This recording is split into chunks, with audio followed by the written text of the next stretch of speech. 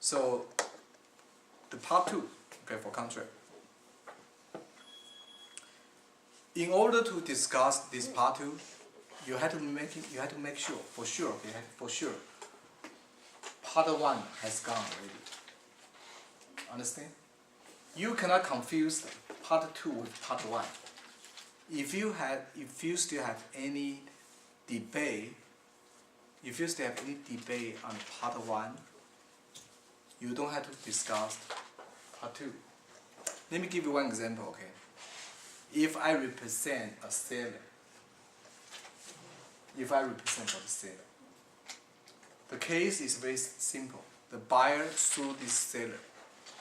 Say, on a certain day, this is a purchase agreement, this is the price I'm gonna pay, and this is a house, right? Black and white is right here. And as a buyer, I have done everything. My loan is approved. I inspect everything. However, it is you are a seller. You breached the contract, and you refuse to go to the escrow to sign off the paper. So as a buyer, sue this seller. Okay, not only for the damage, this buyer insists to enforce the agreement. If I represent the seller as a lawyer, I believe every lawyer, the first thing is not debate the part 2 issue. Because part 2 issue is pretty weak. Pretty weak. As a seller, usually not too much excuses. Okay? It's a very bad situation.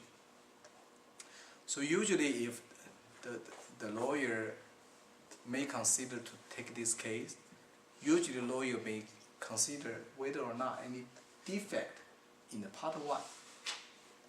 Say for example, if I go back to see the purchase agreement, I found out buyer present an offer on May 1st, right?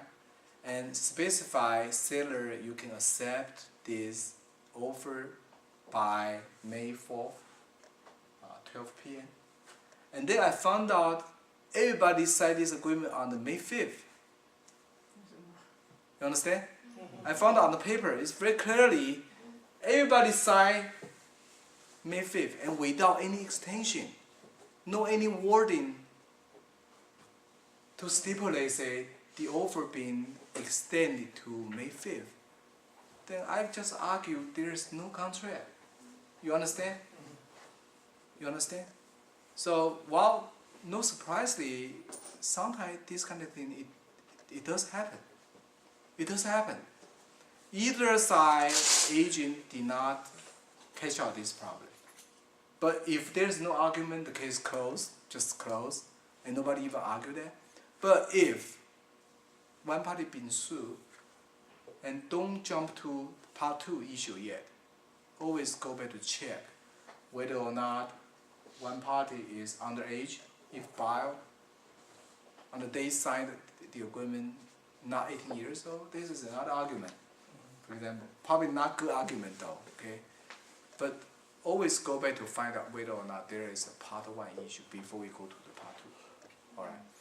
When we go to part 2, the situation is not very good. Let me tell you, okay? If you are defense, if you are in the defense position, your focus is in the part 2, then I don't see too much chance for you. Okay, but we're gonna talk about that. The opposite, if you are the plaintiff, you are the party, pursue this case, go after this case, and your focus is on part 2, yeah, you are pretty much good chance to win the case. Alright, so when we talk about the part 2, if there is no any problem ever happen, usually each party just perform. Each party just follow up the original agreement. The buyer pay for the full price, whatever the price on the agreement. Seller deliver the property, and assuming there's no any defect or no problem on the property, and the case closed. All right. So that's it.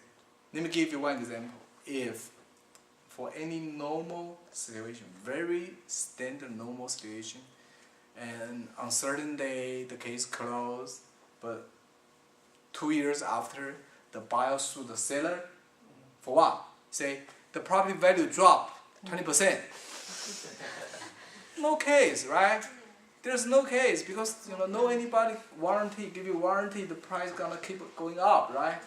So I don't see that kind of case may happen.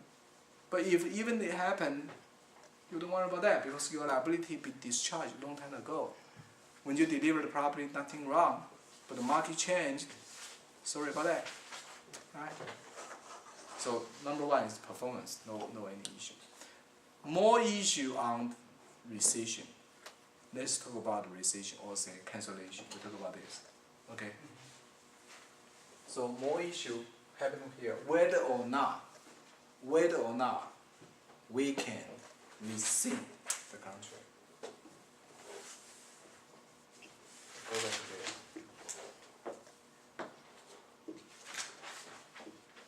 there. How to spell that? Rescission. C. How to spell it in non? Can anybody find out? In non? This is a verb, okay? Rescind is a verb. Rescission. I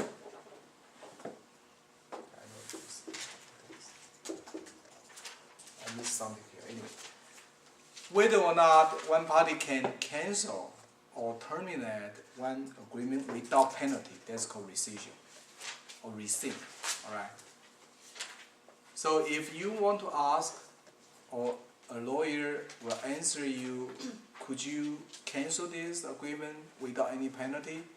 Before we reach that answer, and the lawyer or yourself must log into the contract to find whether or not.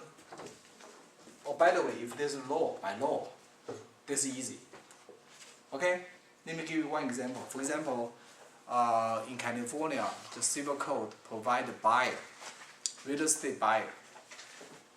If you read the certain disclosure statement within 3 days, for no reason, if you purchase is a residential house, and after you receive this disclosure from the seller, and you're just not happy, even though you pay too much, it's okay, because this by law. By law is a lot easier. Same thing happen probably apply to the loan application.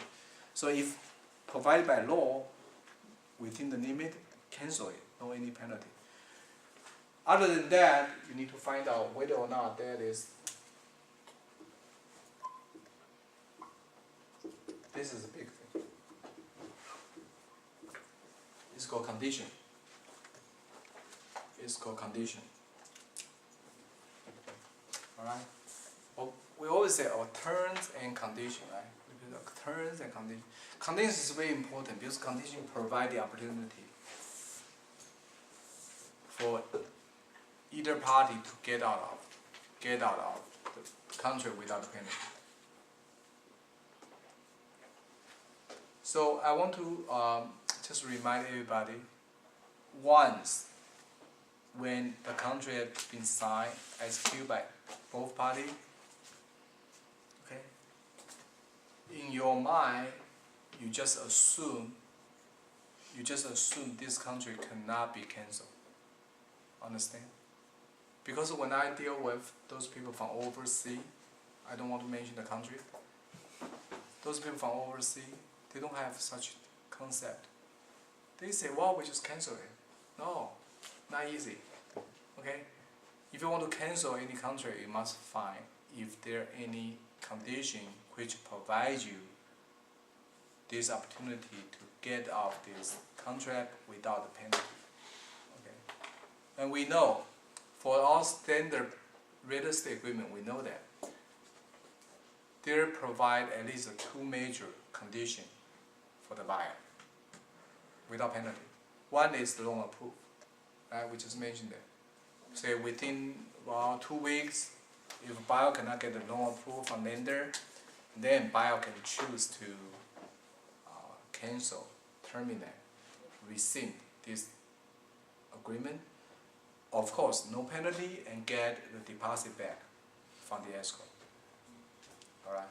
The other one usually is the condition of the property.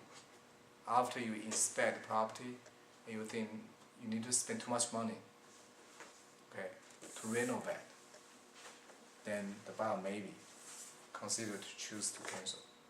So if either party, okay, rescinded and the contract cancelled. After the cancellation, usually we mean we restore everything to the original point. So usually no penalty. No penalty. Alright. But that's not easy. That's not easy because you need to making sure there is condition. So, in the buy the property, even the loan approved,